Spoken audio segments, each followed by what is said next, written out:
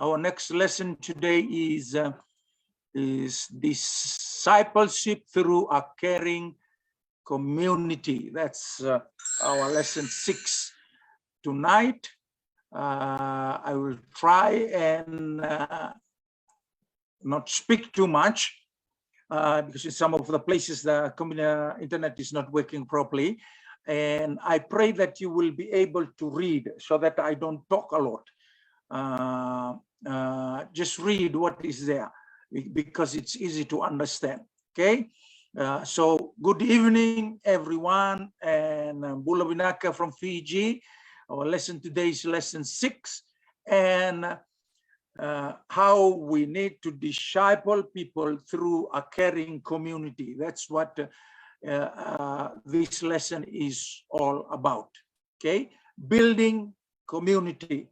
When Jesus spoke to Peter that he was going to build his church, in the revelation that Peter gave, Jesus said, Peter, on this rock, I am going to build my church, on this revelation. The word there, church, in the original Hebrew, it means community. So it's about building life together. Okay? And I hope we understand that. That is what discipleship is all about. The caring community is the structure in which discipleship can occur. Okay, when you care for one another, that's where you are discipling the people that you want them to grow with you. The small group ministry is the means by which the caring community is developed. Okay, when you come together, you see one another's need and you try and meet those needs. You try and help each other.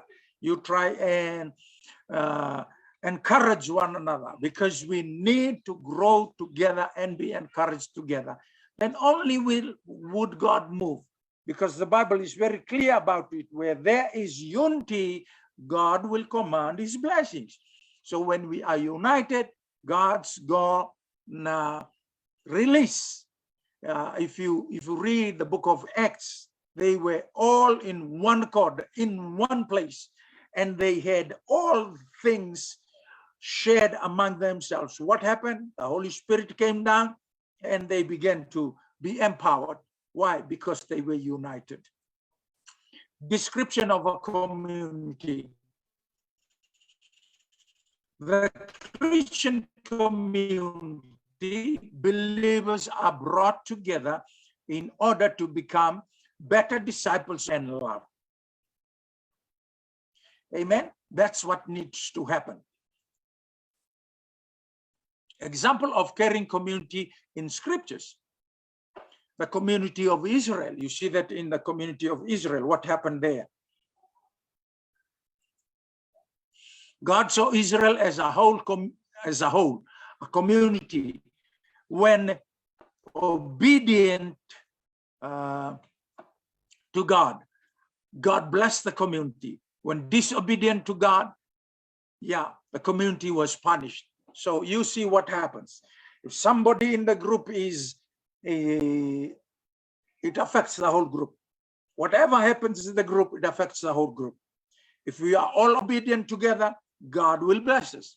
If there are things in the group that are not happening well, you're gonna be rewarded for whatever you are sowing.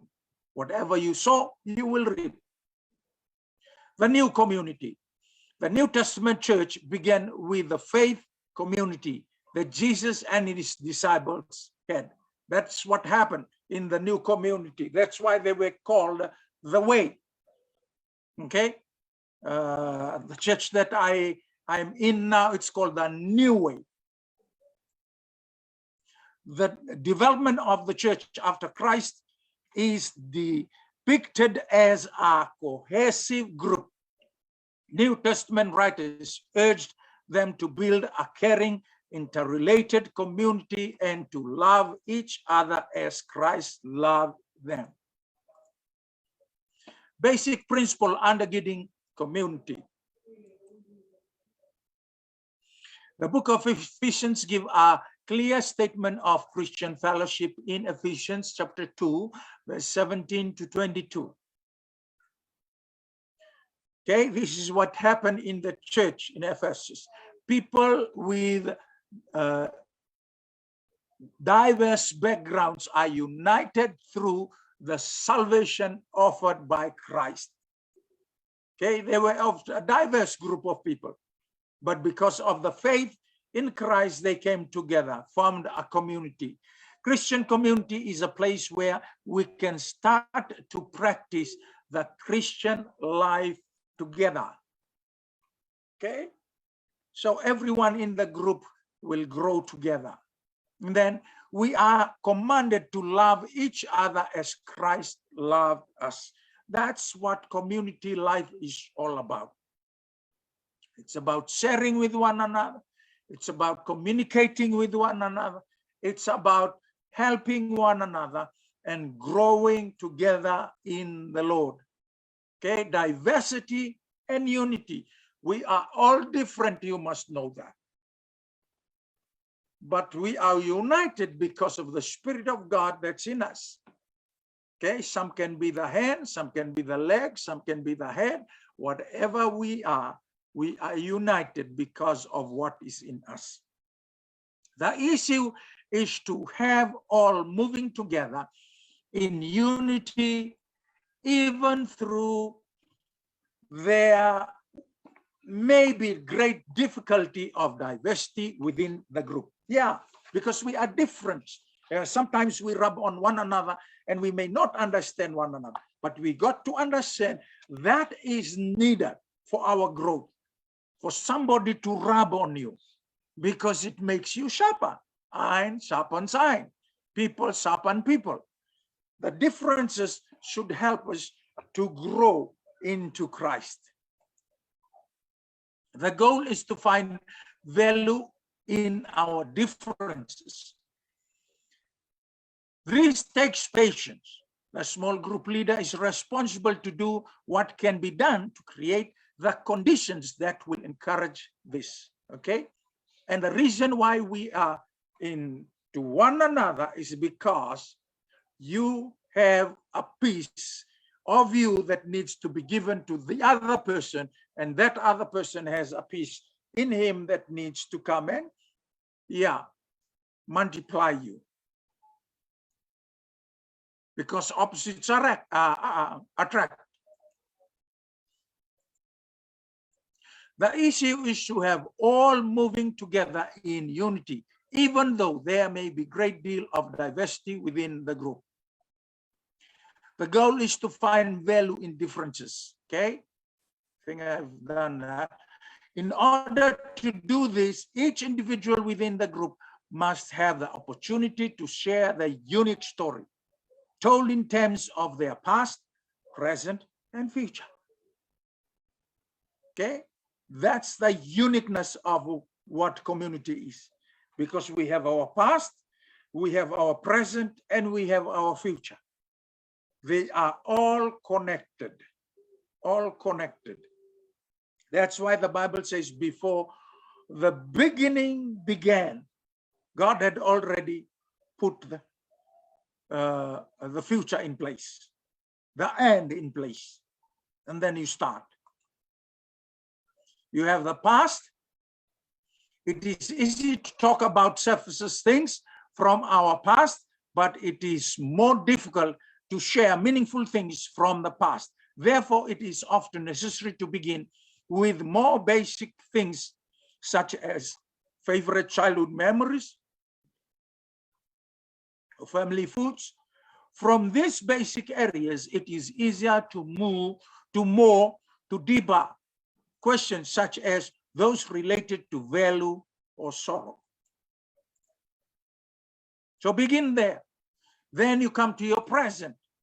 Small group leaders need to facilitate the sharing of the present for 3 reasons. It helps the leader to determine real needs. The small group leader must model the discipline of understanding people.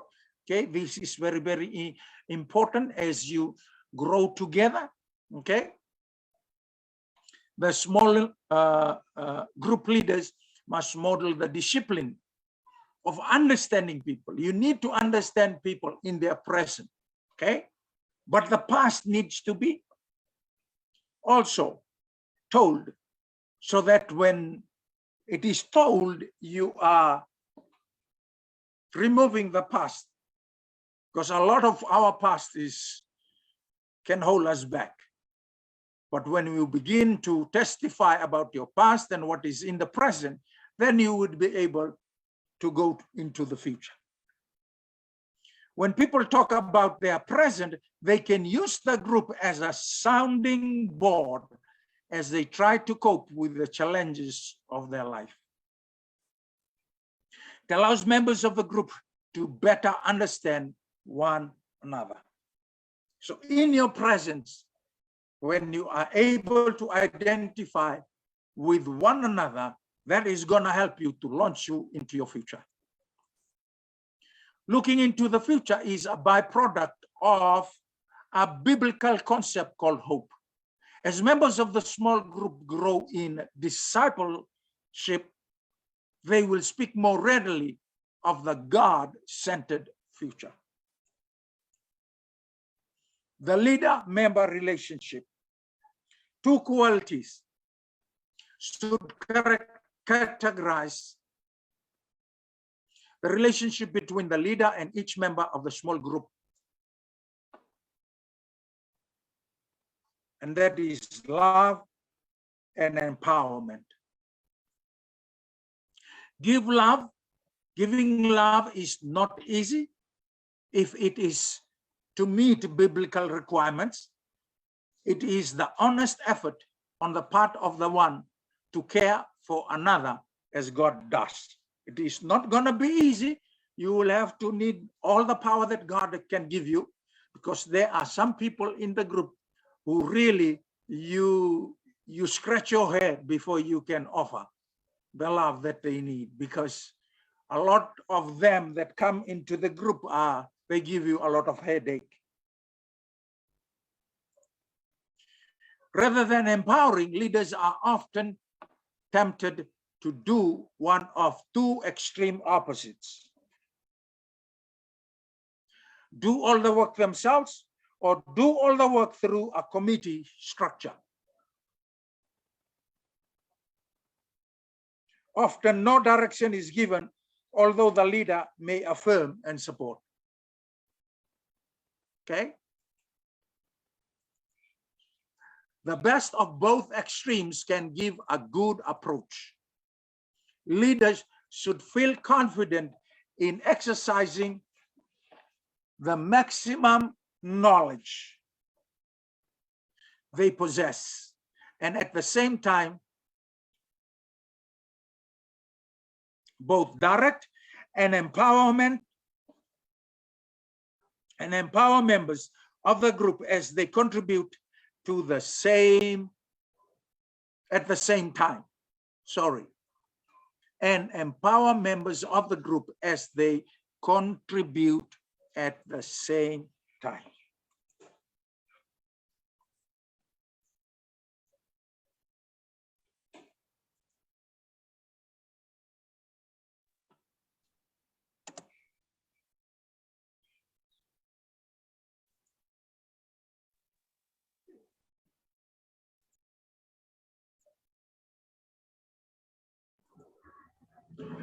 Developing a caring community.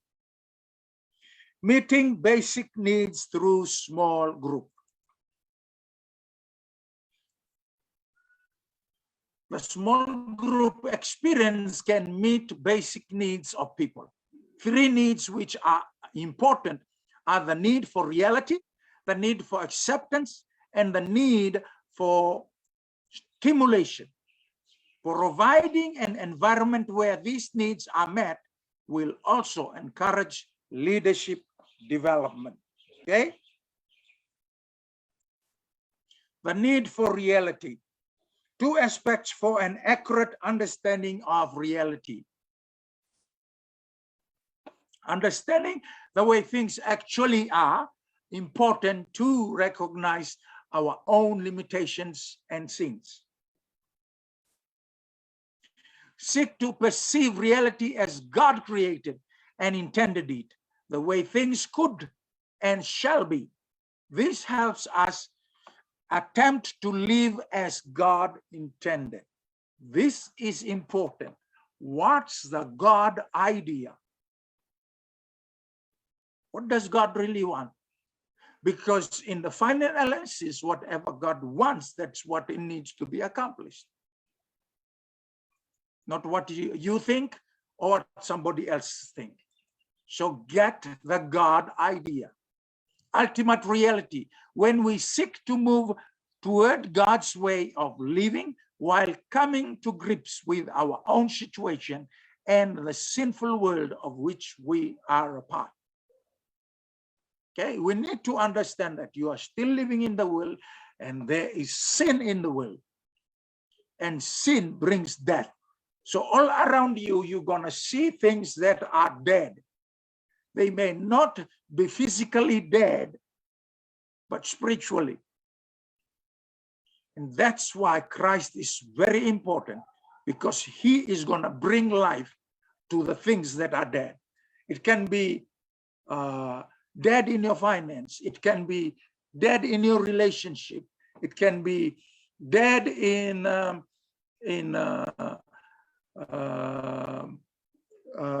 interacting with fellow brothers and sisters. Okay, when Christ is not in there, that's why those things are dead.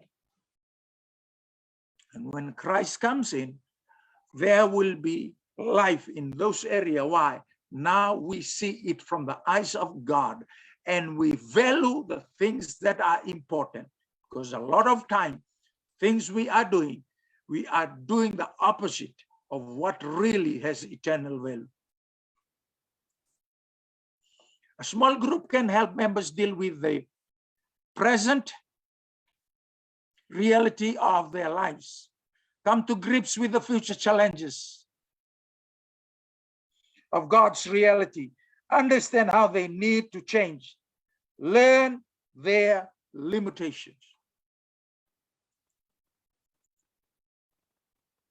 Realism in small group. 3 ingredients are essentials for realism to be a part of the small group. Number 1, humility must be present in both giver and receiver. Be humble.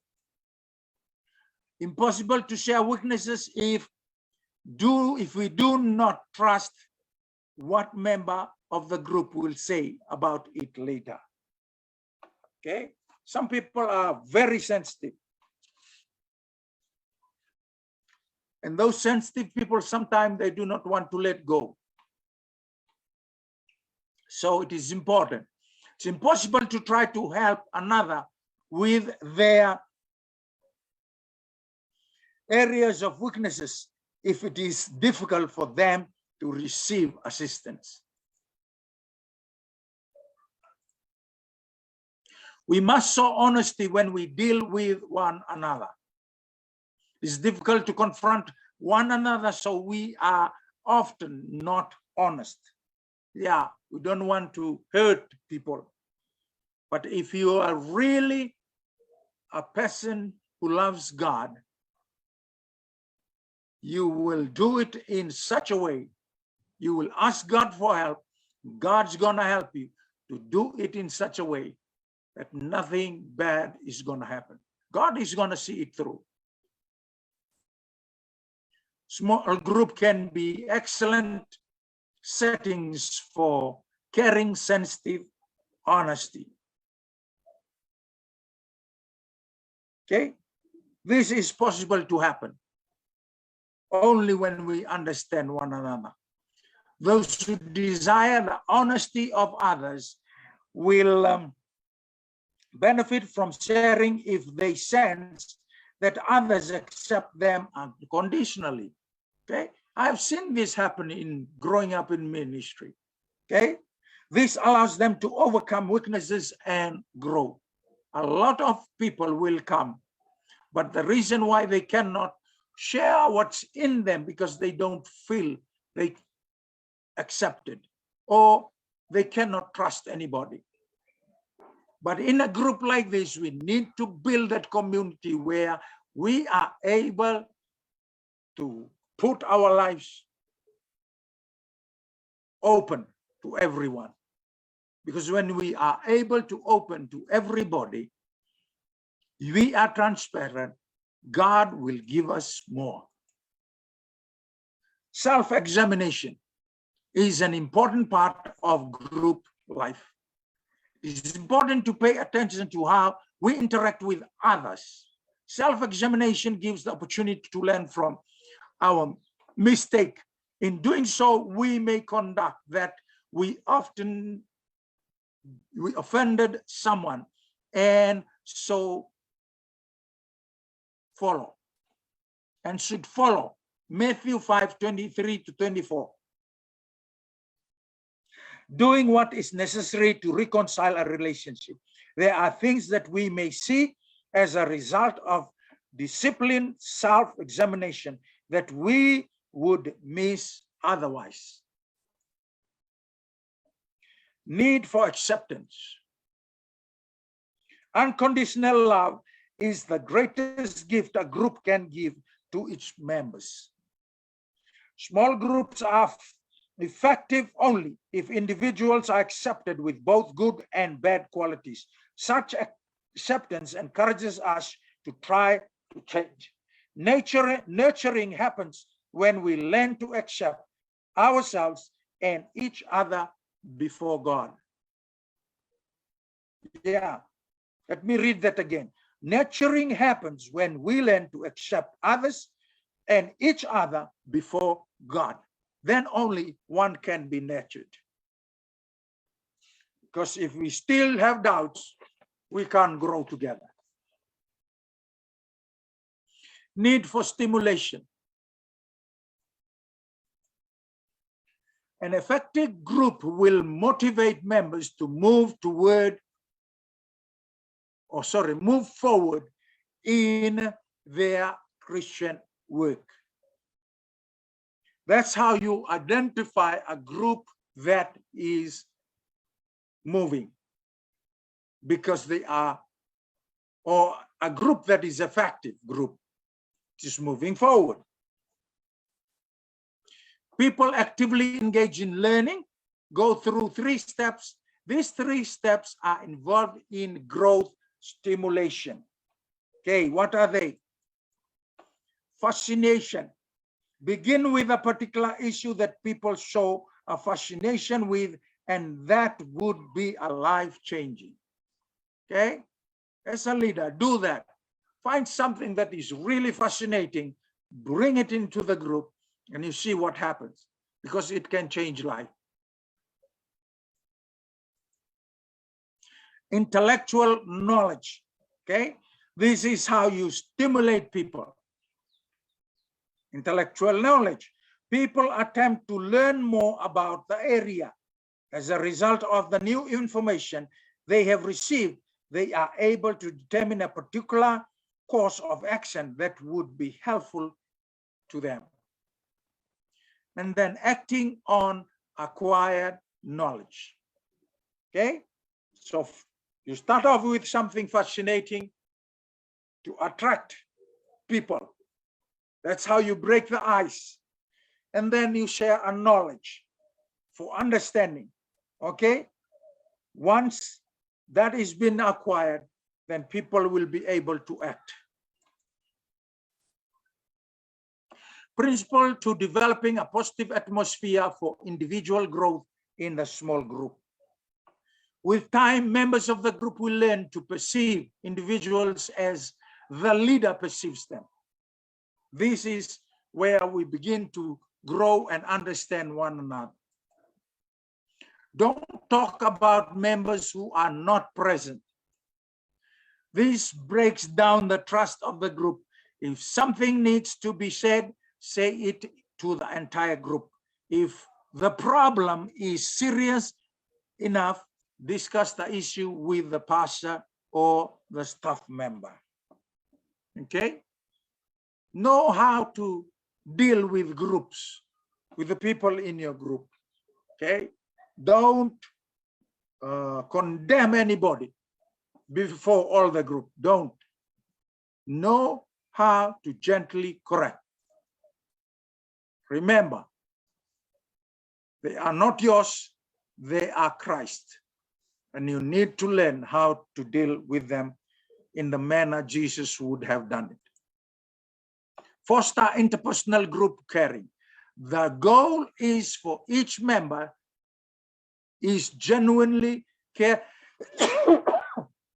for by the group. However, the leader can facilitate the process of caring by first modeling genuine concern and thus encouraging the group to do the same. The greatest gift you can give someone is your loving prayer on their behalf. Okay? Don't worry about those numbers down there. That's a different lesson altogether. I don't know how it came in there. The way that you perceive yourself will determine to a great degree how you will deal with individuals. This is very important, that we must know who we are. We are not the boss. We are just servants of God, chosen by him to do his work. You must understand that. You are special because God has called you for a special assignment. Know who you are in Christ. Without knowing yourself, you won't be able to know others, and you will not be able to know how to deal with them. Helping principles for working with the small group members. Okay? These are important principles. There are 10 different principles for help. The basic premise of the helping relationship is that people are responsible for their own actions. It is your responsibility to help others help themselves. Number 2, people will often present what they think or what they want you to think. Is the problem when there is often another deeper issue.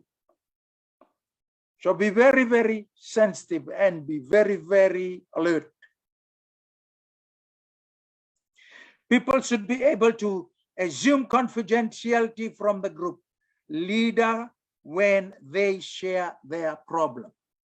People should be able to assume confidentiality from the group leader when they share their problem.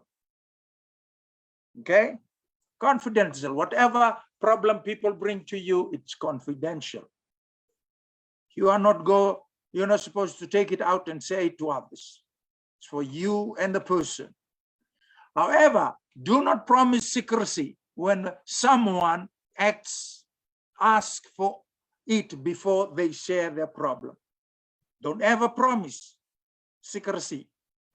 It's not good. You'll get into trouble.